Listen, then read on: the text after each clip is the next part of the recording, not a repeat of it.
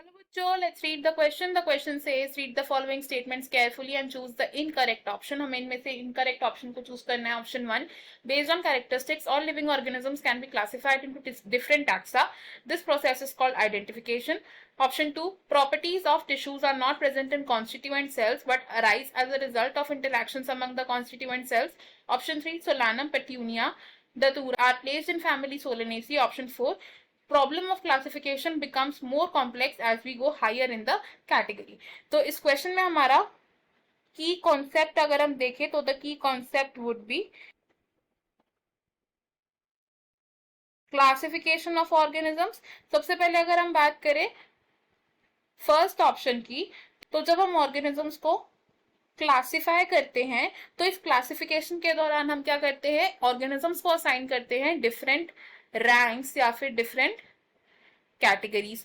Each rank को हम क्या कहते हैं, एक टैक्सॉन कहते हैं. ईच रैंक क्या है, इट इज अ टैक्सॉन. और टैक्सॉन का प्लूरल क्या होता है, इट इज टैक्सा. एंड ये जो सभी कैटेगरीज हैं ये ऑल टुगेदर क्या कॉन्स्टिट्यूट करती हैं, ऑल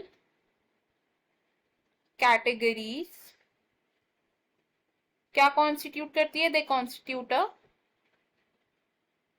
टैक्सोनॉमिक हायरार्की.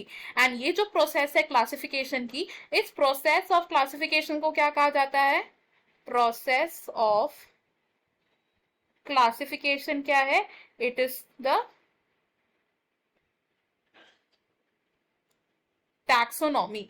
ऑप्शन 2 की अगर हम बात करें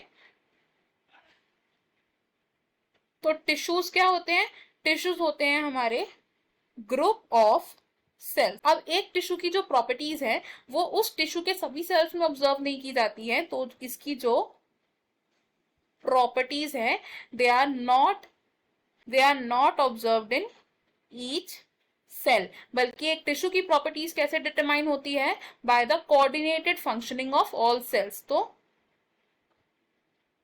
coordinated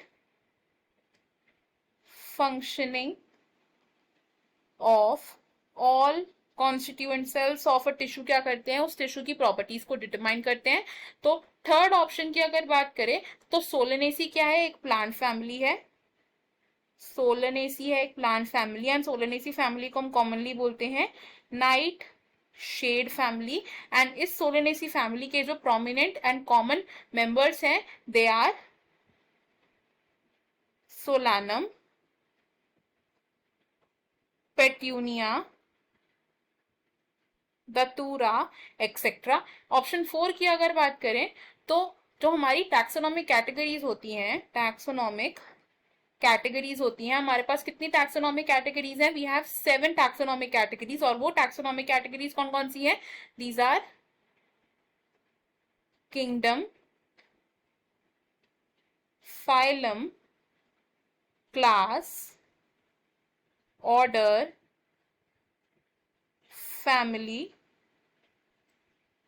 genus and most basic rank क्या है हमारी, स्पीशीज. अब जैसे जैसे हम स्पीशीज से किंगडम की तरफ मूव करते हैं तो वैसे वैसे हमारी जो क्लासिफिकेशन की प्रोसेस है इट इज मोर कॉम्प्लेक्स. यानी कि हायर टैक्सोनॉमिक रैंक पर हमारी क्लासिफिकेशन की प्रोसेस मोर कॉम्प्लेक्स हो जाती है एंड लोअर रैंक पर क्या होती है, इट इज लेस कॉम्प्लेक्स. अब ऐसा क्यों, बिकॉज स्पीशीज हमारी लोएस्ट टैक्सोनॉमिक कैटेगरी है एंड स्पीशीज ग्रुप में इंक्लूड किए जाते हैं मोस्ट क्लोजली रिलेटेड एनिमल्स जिनमें फंडामेंटल सिमिलैरिटीज एग्जिबिट होती है.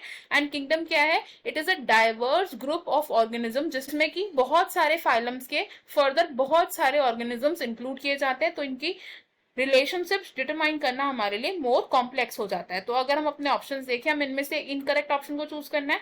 हमारा इनकरेक्ट ऑप्शन है यहाँ पर ऑप्शन 1, बिकॉज इस क्लासिफिकेशन की प्रोसेस को हम आइडेंटिफिकेशन नहीं कहते, it is called taxonomy. Option 2, option 3 and option 4 wrong होंगे बिकॉज ये करेक्ट स्टेटमेंट्स है. हमारा फाइनल आंसर होगा option 1. I hope you have understood it well. Best of luck. Thank you.